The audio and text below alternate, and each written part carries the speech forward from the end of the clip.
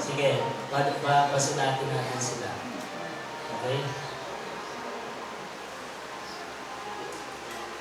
Dahil anot, pakialis na lang pananitan.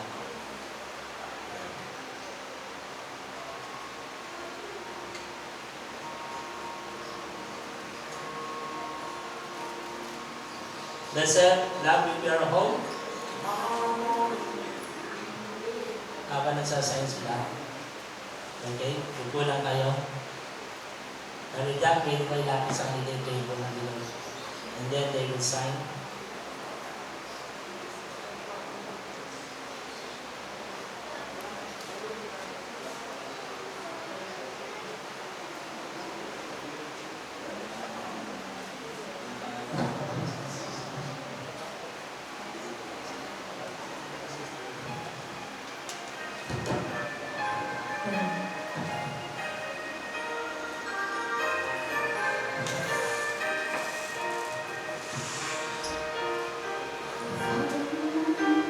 It's really where the heart is. Then home must be a place we all can share. For even with our differences, our hearts are much the same. And where love is, we come together there. Wherever there is laughter ringing, someone smiling, someone dreaming, we can live together there. Love will be our home. Wherever there are children singing, where a tender heart is beating, we can live together there. Love will be our home.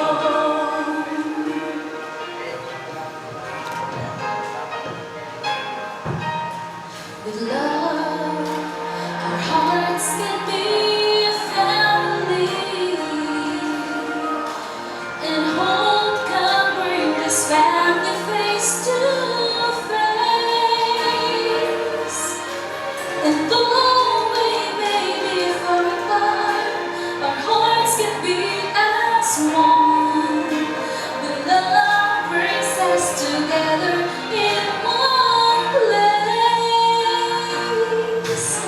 Wherever there is laughter ringing, someone smiling, someone dreaming, we can live together there.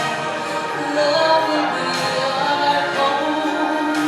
When there are words of kindness spoken, our vow is never broken. We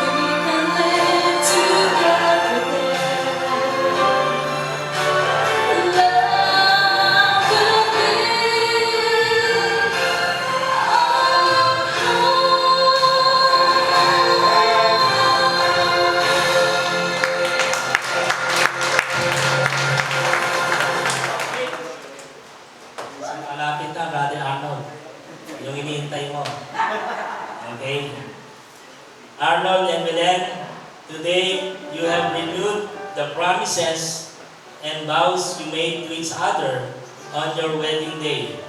You have symbolizes the renewal or reaffirming of marriage union by the joining of your hands, the taking of vows, and by exchanging of rings. It is my pleasure that I conclude the ceremony of reaffirming your vows of marriage that join you forever, binds you as husband and wife. So I'm not declaring anymore because yung pronouncement was made 25 years ago. Kaya, hindi mo na sasabihin, by the power vested to me by the Republic of the Philippines, I now declare you as husband and wife.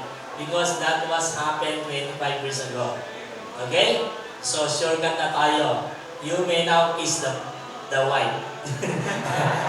Hindi the bride.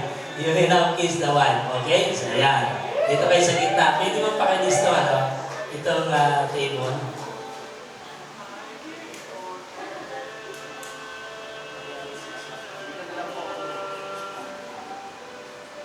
Lakas na ating music.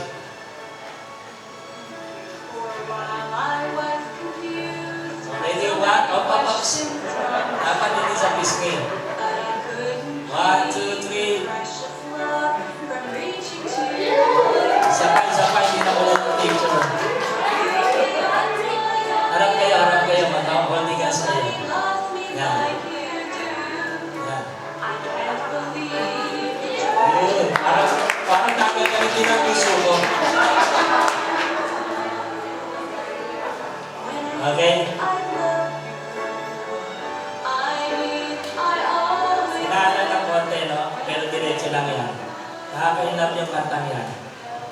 Arnold and Belen had expressed to me how blessed they have been to enjoy 25 years of marriage. Their fondest wish is that all of the married couples here today, each of you which are very special friends and relatives of Brother Arnold and Sister Belen, and became part of this ceremony celebrating love and marriage. We'd like all the married couples to please rise. Lahat ng inasal na. Please rise. Mr. Bel, dito ka. Okay, dito ka. At this time, we offer special blessing upon all married couples celebrating with Arnold and Belen here today. May they be blessed with the guidance and strength and direction to make their relationships grow and blossom in the years ahead. Tayo, may inspiration nila, tutulong sa kanila. May their home be blessed with joy and happiness, and may strive together to make their hopes and dreams come true. Most of all, we ask that all couples be blessed by the love and support of family and friends as they continue to live together as husband and wife. And from this day forth, may their worries be few and their joys be many, and may their love grow more abundantly with each passing day. You may now kiss your husband. Yung husband naman ang aling na doon. Ella, sorry. Balik ka na lang sa akin. Jack, balik ka na lang sa akin. Ipana na isa-isa yan. Isa-isa. Ayan, sige, yan. Hindi dalawa, alisin yung face mask. Hindi gawa, ipana isa-isa yan. Yun, magmukay ka na yan. Yun, nagkalang ilaw yung kita. Siya na, meron na? Kami na lang.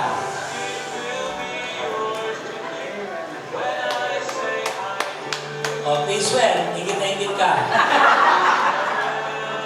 Si Bernard si hindi pa kasali. When I say, aming apat na tayo ng this is the day. Yes. Para maging masaya. Wala pa ba